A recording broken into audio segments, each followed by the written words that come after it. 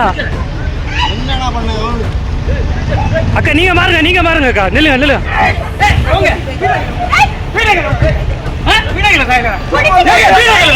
தட்டி கேட்ட கணவரை மனைவி குழந்தைகள் கண் எதிரே கடுமையாக தாக்கக்கூடிய பதற வைக்கும் காட்சி.